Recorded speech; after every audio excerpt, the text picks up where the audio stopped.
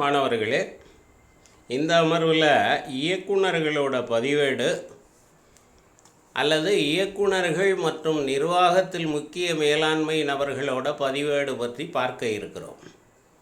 இதை விதி எண் 17 கூறுகிறது. இயக்குனர்களோட பதிவேடு அல்லது இயக்குனர்கள் மற்றும் முக்கிய மேலாண்மை நபர்களோட பதிவேடு. இந்த கம்பெனியில் இயக்குனராக இருக்கிறவங்க அல்லது முக்கிய நிர்வாக பொறுப்பில் இருக்கக்கூடிய அந்த மேலாண் இயக்குனர், மேலாளர், முன்னேற இயக்குனர், நிறுவ செயலர் இவர்களை பற்றிய விவரங்களை எல்லாம் பதிவு செய்வதற்காக ஒரு பதிவேடு ஒன்று நிறுவனத்தினுடைய பதிவு அலுவலகத்தில் வைக்கப்பட்டிருக்கும். அந்த பதிவு அலுவலகத்தில் வைத்து அந்த பதிவேட்டை பராமரிக்க வேண்டியது. அப்போ உள்ள தகவல்களினுடைய அடிப்படையில் அதில் என்னென்ன மாற்றங்கள் திருத்தங்கள் செய்யணுமோ அதை செய்து வைக்க வேண்டியது ஒரு கடமையாக கருதப்படுகிறது.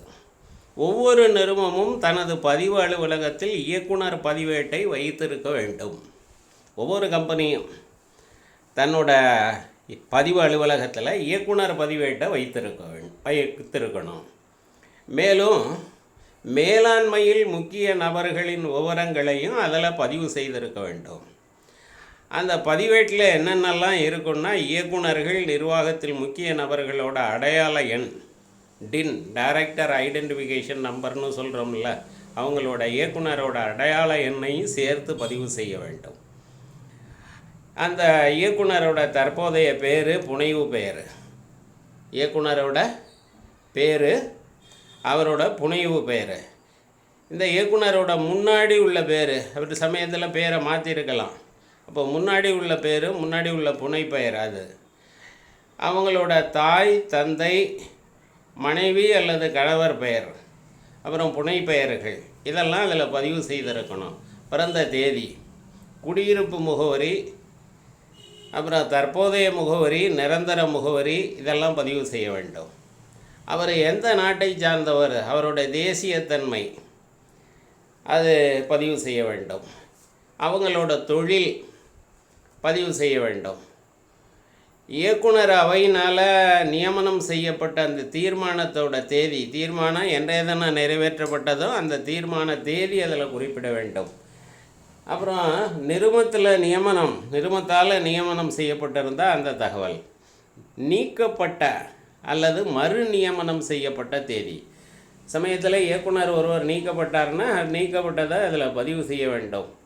இல்லை ஏற்கனவே இருக்கிற இயக்குனரே மறு நியமனம் செய்யப்பட்டார்னா அந்த மறு நியமனம் செய்யப்பட்ட தேதி. அப்படி ஒரு இயக்குனர் நிறுவனத்தை விட்டு வெளியேறியிருக்காருன்னா அந்த வெளியேறின தேதி, அது தொடர்பான காரணம், இதையும் அந்த பதிவேட்டில் பதிவு செய்ய வேண்டும். இதர நிறுவனங்களில் அவர் இயக்குனராக அல்லது நிர்வாக மேலாண்மை நபராக இருந்து அதை விட்டுட்டார்னா அதற்கான காரணம். நிறுவ செயலர் உறுப்பினர் எண், நிறுவ செயலர் நியமிக்கப்பட்டிருக்காருன்னா அந்த நிறுவ செயலருக்கு இந்திய நிறுவ செயலர் நிறுவனத்தில் ஒரு நம்பர் கொடுத்துருப்பாங்க, எண். அந்த ICSI ஒரு நம்பர் கொடுத்துருப்பாங்க, அந்த எண் பதிவு செய்யப்பட வேண்டும். உறுப்பினர் எண், நிறுவ செயலரோட உறுப்பினர் எண். நிரந்தர கணக்கு எண், டின் நம்பர் இல்லைன்னா பேன் நம்பர் கொடுக்கணும். டின் நம்பர் இல்லைன்னா பேன் நம்பர் கொடுக்கணும். இன்னும் சில தகவல்கள் கொடுக்குறாங்க. அப்புறம் பிணையங்களின் எண்ணிக்கை, அதன் விபரம் மற்றும் பெயரளவு மதிப்பு. இவங்க எவ்வளவுக்கு பங்குகள் வாங்கியிருக்காங்க, பத்திரங்கள் வாங்கியிருக்காங்க, அதனுடைய எண்ணிக்கையும் விபரமும் கொடுக்கணும், அதனுடைய மதிப்பு. பிணையத்தை வாங்கிய தேதி, அந்த பங்குகளை பத்திரங்களை வாங்கிய தேதி, இவர் எவ்வளவு பணம் செலுத்தியிருக்காங்க, எவ்வளவு பணம் செலுத்தி அதை ஷேர்ஸை வாங்கியிருக்காங்க, அந்த தகவல் அதில் பதிவு செய்யப்பட வேண்டும். அல்லது பணம் குறைவாக செலுத்தி இருந்தாங்கன்னா அதற்காக செலுத்தப்பட்ட மறுபயன் அதுவும் குறிப்பிட வேண்டும். ஒவ்வொரு பரிவர்த்தனைக்கு பிறகும் மீதம் உள்ள பிணையங்களோட எண்ணிக்கை மற்றும் கூடுதல் இருப்பு. சமயத்தில் ஷேரை வாங்கிட்டு விற்றுருக்கலாம்.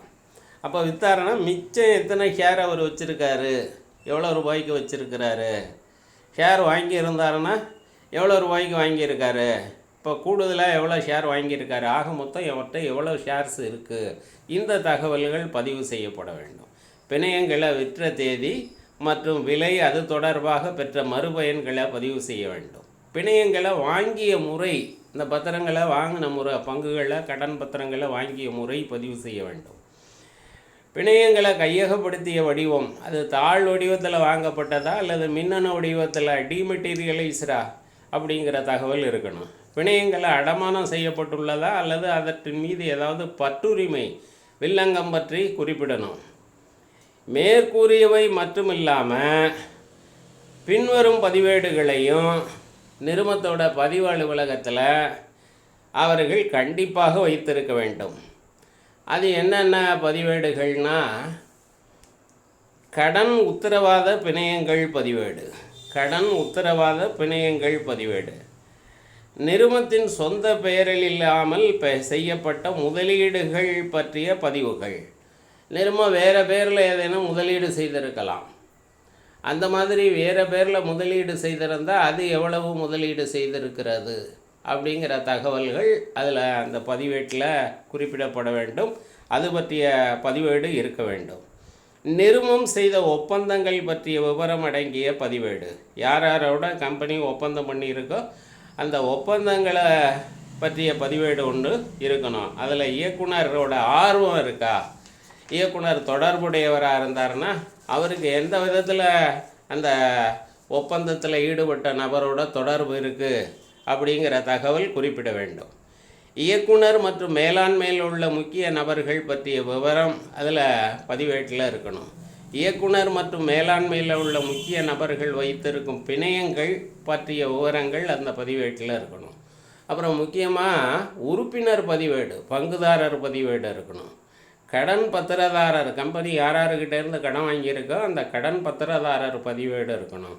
அயல்நாட்டு பதிவேடுகள் வைக்கப்பட்டுள்ள இடம் மற்றும் சூழல்கள் பற்றி விவரங்கள் குறித்து ஒரு பதிவேட்டில் வைத்திருக்க வேண்டும். பதிவு செய்யப்பட்ட உரிமையாளர்கள் வைத்திருக்கும் பங்குகள் மற்றும் அதை வைத்திருப்போருக்கு எந்த விதமான பலனும் இல்லை என்பது பற்றிய விவரம் பிரகடனப்படுத்தி இருக்க வேண்டும். பலன் பெறும் உரிமையாளர்கள் வைத்திருக்கும் பங்குகள் அல்லது அவற்றின் மீது அவர்கள் அடைந்துள்ள நன்மைகள், ஆனால் உறுப்பினர் பதிவேட்டில் பதிவு செய்யப்படவில்லை என்பதற்கான பிரகடனம், உறுதிமொழியும் அதில் இருக்கணும். நன்றி மாணவர்களே.